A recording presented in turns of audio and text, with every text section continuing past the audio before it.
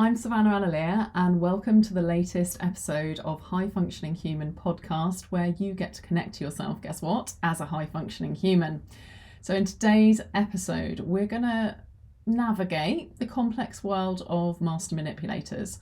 It's a topic that's crucial whether you find yourself in the workplace or at home with somebody who is manipulative. So in one of my previous episodes, Under Attack, I discussed transforming criticism into a positive force. However, there's a critical scenario that you need to be aware of dealing with narcissists and serial manipulators. And it's a common mistake to make that you think you can rationalize with these types of people.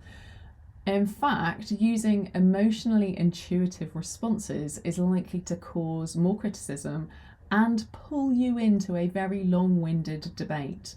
And I want to speak about how to understand and handle these challenging interactions. So before we take a look at some questions, I want to share some personal experiences to explain why this topic is actually a really important one for me.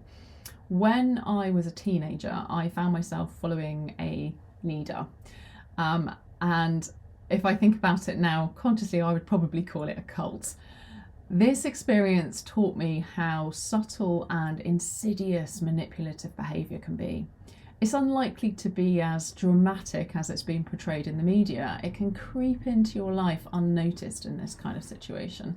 This, I'm sat here now and this is part of my history, and it has actually made me more vigilant in recognising people who are manipulative or have manipulative behaviours, and underscoring the importance of why I wanted to talk with you about this today. So I'd like you to ponder, why are narcissistic people drawn to the same victims every single time? Why are they drawn to people who are intuitive or empathic?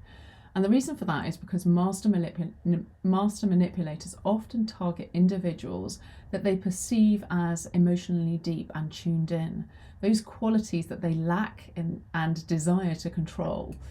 So this has nothing to do with you being weak or there being something wrong with you. It's about their own inability to empathize and to connect in the same way that you do. They see your emotional depths as a strength that they can basically exploit and use to gain power over you. The next thing I want you to consider or ponder is, how do you get your power back if you find yourself dealing with a master manipulator and slowly drawn into the depths of whatever they want you to do? I want you to remember it's really essential to recognize that any attempt to compromise or rationalize with a narcissistic attack is likely to be used against you.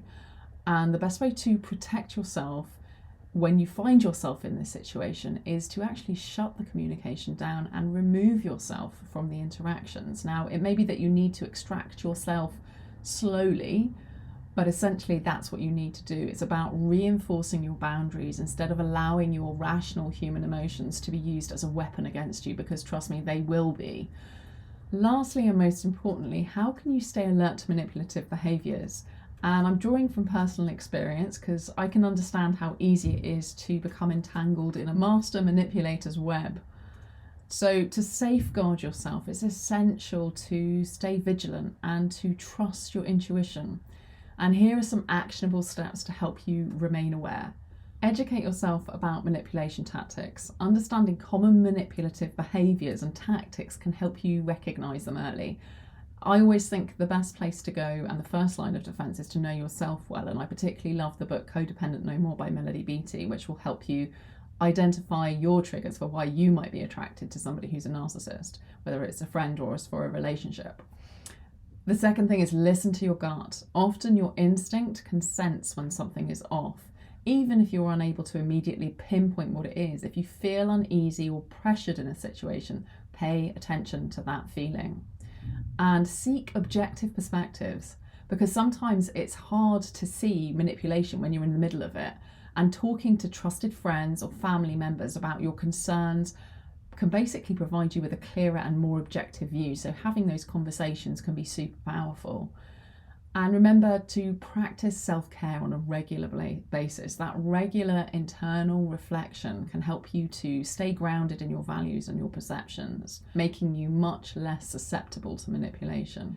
By following these steps, you're going to be able to develop a stronger awareness of any manipulative behaviours and protect yourself from getting caught in harmful situations. In conclusion, now navigating the labyrinth of a master manipulator is about recognising the signs, understanding the dynamics at play, and protecting your emotional well-being. Remember, your emotional depth is your strength rather than a weakness that is to be exploited. So if you find yourself in such a situation, it's super crucial to assert your boundaries and prioritise your personal peace. Again, as always, trust your instincts, follow your intuition, because the world needs your voice and the magic that it brings for us all. Remember to jump on my mailing list and stay reminded and connected with your intuition, plus, as always, some special tips that I will only share on email. I look forward to chatting with you next time on High Functioning Human Podcast. Take care and talk soon. Oh, I haven't got my headphones on. Hang on a minute. Okay. Get rid of they. Was that my stomach? Did you hear that? Yeah. Yeah. I thought it was a car for a second then. It's a tractor.